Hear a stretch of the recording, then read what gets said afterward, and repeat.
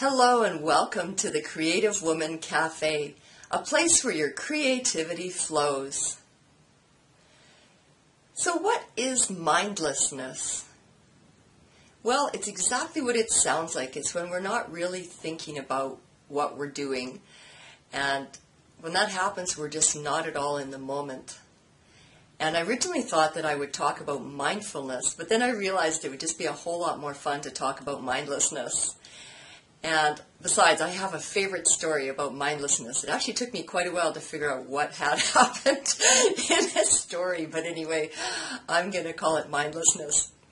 So this is a portrait that I did of my car when I lived in Texas, and my car was a Volkswagen Beetle, and he was the only car I've ever had that had a name, and his name was Walter.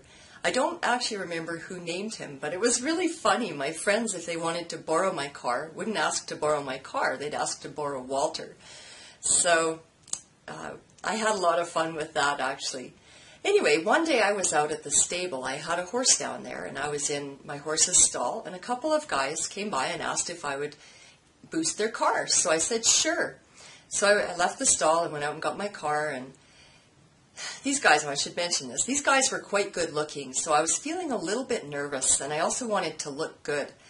And sometimes when we want to look good or we're feeling a bit nervous, instead of just staying in the moment, we kind of fall back and rely on a script, or we follow beliefs that we have about how things are.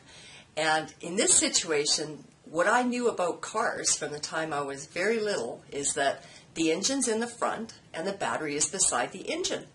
So I pulled up to beside these guys' car, and I had the car's hood to hood, and I jumped out, lifted the hood, and then of course, very embarrassed, laughed, because in a Volkswagen, the engine's not in the front. So I jostled the car around and backed it up so that now I had engine to engine, and I got out, lifted up the back, and there was the engine, but no battery.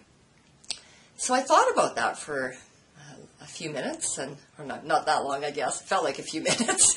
Thought about it way too long. Anyway, then I told the guys, you know what, there is something that a Volkswagen Beetle doesn't have, and maybe it's a battery.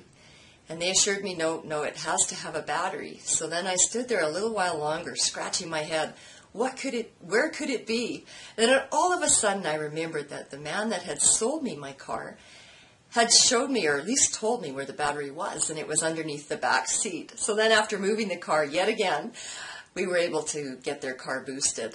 So one could write this off to just being a gender thing. However, with this particular car, I was actually very familiar where the engine was. Not the battery, but at least the engine.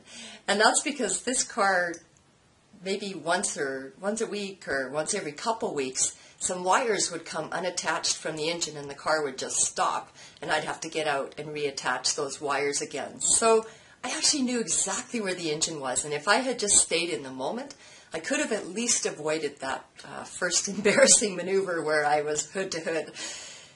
Anyway, the reason I tell you about this is when we follow scripts, or when we're not in the moment, when we're being mindless, it's actually a really huge block to creativity. Because creativity is all about taking things that are different and putting them together to form something new. And the only way we can really do that is if we're there to do it. So we do need to be in the moment. So I just wanted to illustrate what can happen when you're not in the moment. In fact, one of my friends told me once, be where your hands are. And at first I didn't really understand the saying, but the more I thought about it, I thought, what a great way to know that you're in the moment or not. So anyway, by being in the moment, it's a great way to allow our creativity to flow. So if you haven't already, join us in the Creative Woman Cafe, where we explore the holy grail of creativity and learn to direct our creative flow more productively.